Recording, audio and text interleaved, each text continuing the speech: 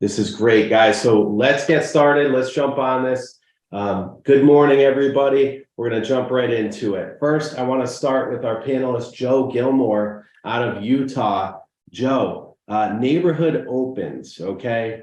I loved when you shared this with me. It was impactful. We've used it here. Can you please share with us what your team of advisors do to market these properties and what a neighborhood open is? What we do is what I recommend to our advisors is that they will mail out 100 cards around the listing. One side of it talks about the listing itself. Never ever put the listing price on that postcard ever. Send them out. Wednesday, home hits the market. You keep 100 of those postcards to yourself. You go around Friday afternoon, drop the postcards off around the neighborhood before the open house. And basically the script is that, hey, my client at 22 Banana Street actually wanted me to come around, meet you guys because no one knows the neighborhood like you. And we would love to have your opinion on the home and price. So it's just for you guys, no public people. We're looking forward to seeing you there. Fantastic. Now, Liana D'Amico, thank you, Joe. Liana D'Amico, you've done this. So Joe gave us this advice. I shared this advice with our shop, and you recently did this. Can you let us know the results on the $950,000 home you just did this to in the neighborhood? Yeah, so I was mentioning to you that I wanted to do an open house, and we came up with the idea of doing the neighbor's open house. So I did a window expose. I got my GG magazine with the GG wrap. I put a package together, and I made a invitation telling them that was a neighbors only open house. And I knocked on the door on a beautiful day, and a lot of the owners were home. And so I had a nice conversation with them.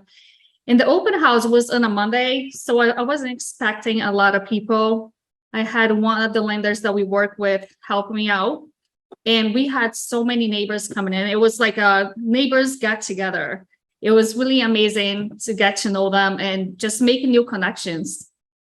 Yeah, absolutely. Now, we know $1 million in some of our markets here is like first-time home buyers. In Rhode Island, it's a 4,100 square foot home. It's a big house, right? And in some of our other markets. So to be in a neighborhood like that, in an exclusive neighborhood, and have all of those neighbors come in is really fantastic. We strongly suggest that. Hey, Joe, can you, before we move to the public open house piece, can you just share with us maybe some of the success that some of your advisors out in Utah, Colorado, and Idaho have had doing this? You're usually going to get about 2 or 3 contacts that you'd be able to put into your phone. I mean, the reason why I like this so much, honestly, is because the public open house is for buyers, right? And we need to go after some listings and do that. And we've had in 1 month, we had one of our teams pick up 3 contracts off of doing this particular action. So, I mean, it's consistency, right? I mean, it's going to take, maybe you're going to get 0 hits, maybe you're going to get 3 hits, maybe you're going to get no hits, but it's definitely something to add to your into your lead generation activities.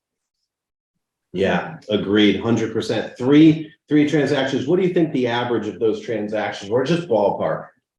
Well, this was in the valley, so there were probably, I would say, somewhere between 500 and 800,000. Okay, all right. So let's take the high end, 800K. So 2.4 million times 3%, guys, 72,000 in GCI from taking that on. It's fantastic. I could do a lot with 72 grand. Yeah, and one of the things that we're looking at right now is that if this market does go down by 30%, I'm not actually concerned about it going down by 30%. I'm more concerned about doing 30% more activities to be able to get those results to bulletproof your business.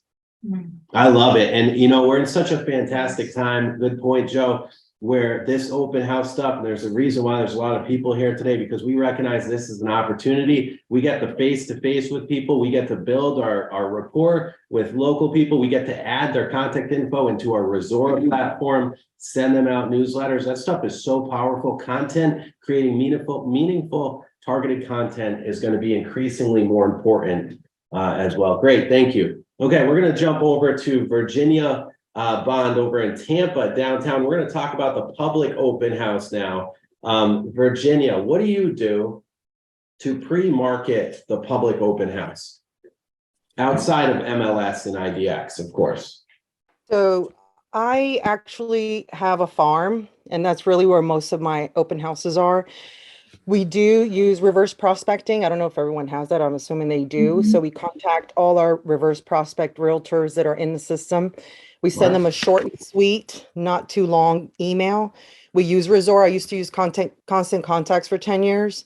And because it's my farm, I have everyone's contact. So I contact all the owners in the community and I ask them, do you have anyone that's interested?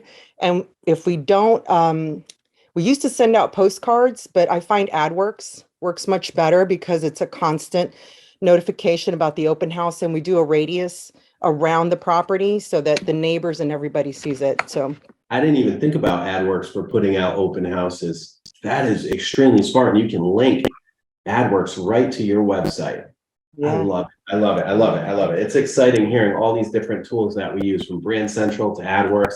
Good stuff. Thank you so much. How about Brandy Simon, Chicago North Shore? What are you doing to pre-market your open houses, your public open houses outside of IDX and MLS?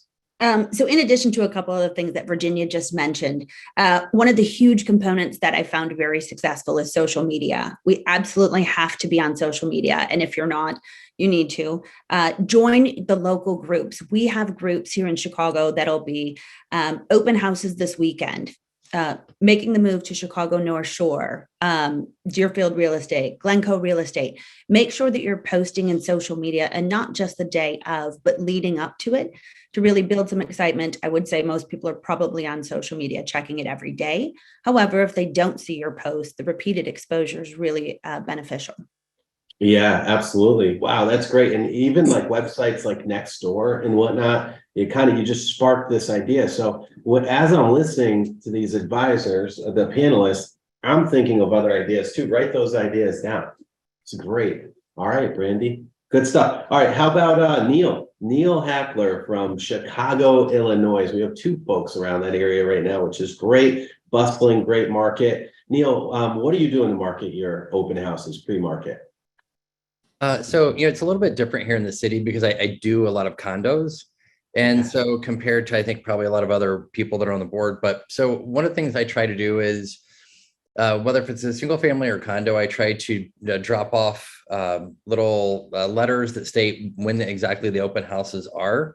And also I put a little coffee gift card to a local coffee shop. And so it worked to my advantage one day when I was in an 8-unit building, and there were two people that have large dogs, I guess, that bark. I didn't even ask them to leave, but they left. And when we were doing the open house. And so, but I also invite the neighbors in with that letter. And so, if I have the opportunity to be able to invite the neighbors, and I really like that suggestion that one of the other panelists said, I do, but that's one of the things I try to do is I always try to list the open house, Monday at the very latest Tuesday, just because, if anybody's waiting to do the open house on, they list it late on a Thursday or Friday, you're kind of killing yourself there. And then really, other than that, I also do the reverse prospecting. I do send out the Resoras. The nice thing about the Resoras is that it's not only just the letting them know about this property, but it's another touch for yourself, where I've had people reply to the Resoras and say, hey, thanks for contacting me. Like, I need to list my place. And so, but you're just staying in front of them in different ways. Fantastic. And then also, of course, we do social media posts and things like that as well. Awesome. And you know what? And as Neil is talking, guys, I think about this book that I listened to called The Hyper Local Hyper Fast Real Estate Agent. Now, this gentleman worked out of the DC area that wrote this book, and he would work in a lot of different condominium associations. So if you're in a city specifically, take that book. But even if not, there's so many awesome ideas in there and outside of the box stuff. Check that out. Go on Audible, listen to that, or order the book on Amazon or wherever. Support your local bookstore. How about Joe Gilmour out of Utah? What do you do? Anything else that your advisors are doing over there? One of the things that gave me massive success when I did that, and I know sometimes that you can't work in certain local areas, but I throw out as many signs as I possibly can. I mean, I think signage is a really important thing. I think 3 deep signs on turns and major intersections, so people can see the sign way back instead of seeing a sign once you get across the intersection and the sign sitting right there. We do balloons, flags, everything we can do to get our signs out there. I probably would say 35 to 40% of the people and maybe more come in just based off of signage.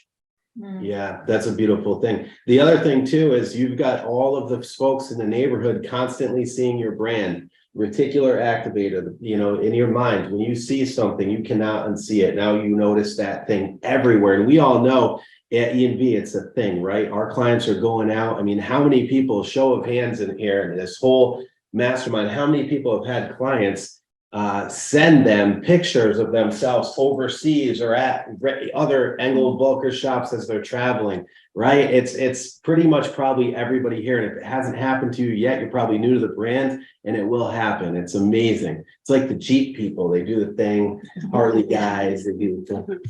Hey, Emilio, one other trick is that when you get to the open house, is once you get to the property, I always worked my way back putting signs out instead of starting with the signs and then heading towards the house. It seemed to give me a better idea of where traffic flows and different things were when I actually drove to the property and worked my way back putting signs out. I love it. Good stuff, guys.